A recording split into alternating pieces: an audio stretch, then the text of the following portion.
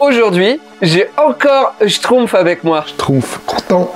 On va schtroumpfer une Schtroumpf émission sur les petits êtres bleus qu'on appelle... Comment on les appelle déjà? Les Schtroumpfs. Ah, c'est ça. On le disait depuis le début. Bonjour à toutes et à tous, c'est Culture Z. Aujourd'hui, il y a Yo avec moi encore parce qu'il connaît énormément de choses au monde des Schtroumpfs. Les Schtroumpfs ont été créés en... 1900. T'as dit 1960? Dans les années 50. L'auteur des Schtroumpfs, c'est... Peyo. Bravo. Ouh. L'idée des Schtroumpfs est arrivée. Peyo était en train de déjeuner avec... Un ami? Oui, un ami qui est auteur de bande dessinée. De l'époque de Peyo? Ouais. Celui qui... La gaffe? Oui, Franquin. Oui, et Franquin lui a dit à table, passe-moi le... Il avait oublié le nom du poivre ou du sel, et il lui a dit, passe-moi le... Schtroumpf. Le Schtroumpf, et de là, ils ont rigolé, et ils se sont dit, ah tiens, le mot Schtroumpf, c'est rigolo, Schtroumpf-moi ça, Schtroumpf-moi ça, Schtroumpf, Schtroumpf, Schtroumpf, Schtroumpf. Enfin, l'histoire, tout le monde la connaît, sauf que à l'époque, Peyo, il travaillait pas sur les Schtroumpfs, il travaillait sur Johan et Pierre-Louis, et à un moment, il a besoin de lutins, et il s'est dit, bon, bah les lutins, c'est un peu vu, je vais créer un autre truc, je vais faire des petits hommes avec des chapeaux, quelle couleur je peux les faire? La femme de Peyo lui dit, tu pourrais les faire bleus? Elle avait cette voix. Et lui a fait, ah ouais, pas con. Et il a créé les Schtroumpfs. Dans l'album La Flûte à 6 trous, et des années plus tard, vu le succès des Schtroumpfs, l'album sera renommé La Flûte à 6 Schtroumpfs, et ça sera le premier film des Schtroumpfs au cinéma, et le premier film de ma vie. Mon père m'a accompagné voir au cinéma d'Annonay La Flûte à 6 Schtroumpfs. Voilà, c'était le premier film de ma vie. Et de là, dès les années 60, ils ont l'idée de produire des petites figurines de Schtroumpfs. Et le premier pack de figurines, on avait cette figurine qui est le grand Schtroumpf, bien entendu. Le succès de ces figurines, à mon avis, tient du fait que les Schtroumpfs sont petits et que les figurines, eh ben, tu peux les faire à la taille des Schtroumpfs. Donc quand t'es enfant, t'as l'impression de pouvoir avoir un Schtroumpf. Il faut savoir que c'était pas cher. Et moi, je sais que tous les samedis, mes parents, quand je les accompagnais en course, ils me disaient, allez, tu peux acheter un Schtroumpf. Je crois que c'est 1 franc ou 2 francs le Schtroumpf, un truc comme ça. Ou 5 francs peut-être. C'était 5 francs peut-être le Schtroumpf. Et j'avais un Schtroumpf, un vrai Schtroumpf qui tient dans ma main, de la taille d'un vrai Schtroumpf. Je pouvais lui laisser de la salse pareille pour qu'il ait à manger dans une petite boîte. Bon, je l'ai pas fait, je n'étais pas débile non plus. Slesh, qui a produit ces figurines, en a produit 10 tous les ans, à partir de 1960. Donc vous pouvez compter, aujourd'hui, il y en a beaucoup. Donc là, il n'y a que dalle. Forcément, ils ont fait des figurines, mais au bout d'un moment, ils ont fait des maisons, des accessoires. Moi, je suis très content parce que j'ai gardé ma boîte de Gargamel, avec Gargamel et Azrael qui doit se balader quelque part. Il y avait énormément de collectionneurs à tel point qu'ils ont sorti un bouquin, il est vachement bien, mais il est en anglais, malheureusement, qui recense tous les Schtroumpfs qui ont été faits jusqu'à aujourd'hui, enfin jusqu'à l'époque où est sorti le bouquin, puisqu'il y en a d'autres qui sont sortis entre-temps, parce que ça continue. Et vous pouvez voir les cotes. Il y a des Schtroumpfs qui cotent beaucoup. Ici, j'ai mes Schtroumpfs qui cotent un peu plus. Par exemple, ce Schtroumpf vaut rien. Mais si le tube était vert, eh ben, il vaudrait de la caillasse. Ok. C'est les variantes de couleurs chez les Schtroumpfs qui font en général leur valeur. Au début, ils sont partis avec les Schtroumpfs du village, et puis après, ils ont rattrapé les Schtroumpfs du village, donc ils ont inventé les Schtroumpfs cow-boys. Justement, tu demandais tout à l'heure, le Schtroumpf scorpion, ils ont fait les Schtroumpfs des signes du zodiaque. Donc tu peux avoir les 12 signes du zodiaque en Schtroumpf. T'as les Schtroumpfs festifs, ils sont où avec des grosses bouteilles de champagne, voilà. T'as des tonnes de sociétés qui se sont fait faire des Schtroumpfs publicitaires. Donc tu peux avoir des Schtroumpfs avec des trucs de marque dessus. D'ailleurs, par exemple, Holiday on Ice, tu vois, t'as ce Schtroumpf-là, qui est un Schtroumpf classique. T'as ce Schtroumpf-là, et il est écrit Holiday on Ice. Donc tu pouvais l'avoir que chez Holiday on Ice.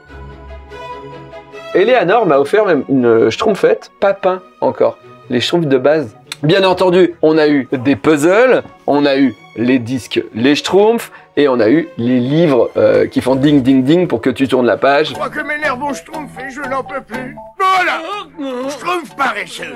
Va plutôt nous chercher du bois dans la forêt et rapporte beaucoup de bois et Schtroumpf-toi. Ça, c'est l'histoire des Schtroumpfs noirs. Comme vous pouvez le voir, c'est une adaptation américaine, puisqu'il est violet. Okay. Parce que aux États-Unis, les Schtroumpfs noirs s'appellent les Purple Schtroumpfs à cause de... L'abeille? Non, la couleur noire. C'est raciste de dire que quand tu mords la queue de quelqu'un, il devient noir et méchant. Hein, c'est pas ouf. Non, dans un pays où il y a le Ku Klux Klan. Donc là-bas, c'est les Purple Schtroumpfs.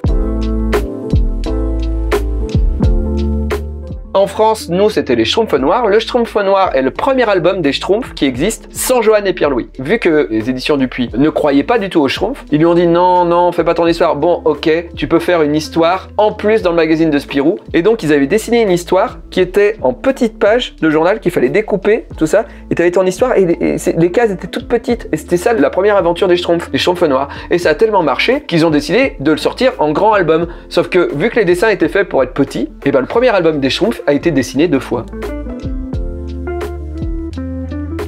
Normalement, dans le village des Schtroumpfs, il est dit qu'il y a 100 Schtroumpfs.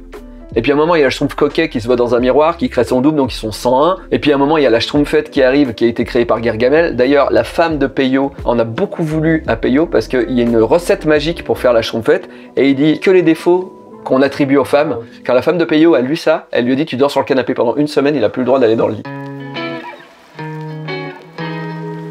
Ça, Super Schtroumpf, il est assez rare, il cote un peu. Et parmi les Schtroumpfs que j'ai qui cotent un peu, j'ai celui-là, le Schtroumpf grognon. En fait, il faut regarder dessous, vous regardez sous vos Schtroumpfs, et dessous les Schtroumpfs, il y a la date, il y a normalement la signature de Peyo, il y a Schlech, et il y a Germanie. Mais parfois, il y a écrit Portugal, parce que certains Schtroumpfs sont fabriqués aussi au Portugal. Souvent, les Schtroumpfs portugais coûtent moins cher que les Schtroumpfs allemands, mais c'est pas vrai, parce que des fois, il y a des couleurs différentes. Moi, je peux pas vous dire qu'est-ce qui vaut de la valeur ou pas, il faut acheter le bouquin. Mais il faut savoir que les Schtroumpfs ont fait des jaloux. Et donc, il y a Bully, qui est une marque allemande, qui s'est dit « moi aussi je veux mes Schtroumpfs ». Et du coup, ils ont créé les Astroniques.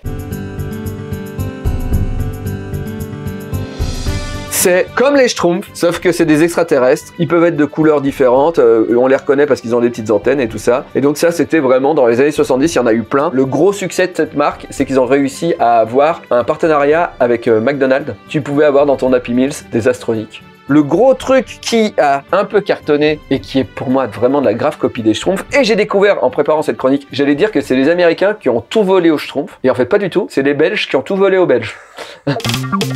Nicolas Broca, en 82, se dit, je sais pas s'il s'est dit je vais copier les Schtroumpfs, mais il s'est dit ah quand même je peux pas les mettre dans une forêt. À ton avis, je suis sûr que tu connais cette série. Qu'est-ce qui ressemble aux Schtroumpfs? Dans les années 80. 80. Il y a eu un dessin animé, il y a eu des petites figurines pareilles. Ils sont de la même taille que les Schtroumpfs, sauf qu'ils sont de couleurs différentes. Qui sont-ils? Les Snorky? Qui sont les Snorky? BD belge de 1982, acheté par les Américains pour devenir un dessin animé. Qui sont les Snorky? Qui, mais qui? Et devenir des figurines de la taille des Schtroumpfs, à peu près, les Snorky. Et lui, c'est Astral, le héros. Pourquoi il s'appelle les Snorky?